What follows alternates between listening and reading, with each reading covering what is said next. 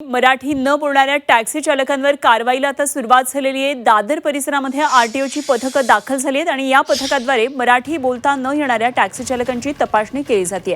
या तपासणी अंतर्गत मराठी बोलता न येणाऱ्या पहिल्या टॅक्सी चालकावर कारवाई करण्यात आली आहे आणि त्याला नोटीस देऊन महिनाभराच्या आत मराठी शिकण्याच्या सूचना आरटीओ अधिकाऱ्यांनी दिलेल्या आहेत।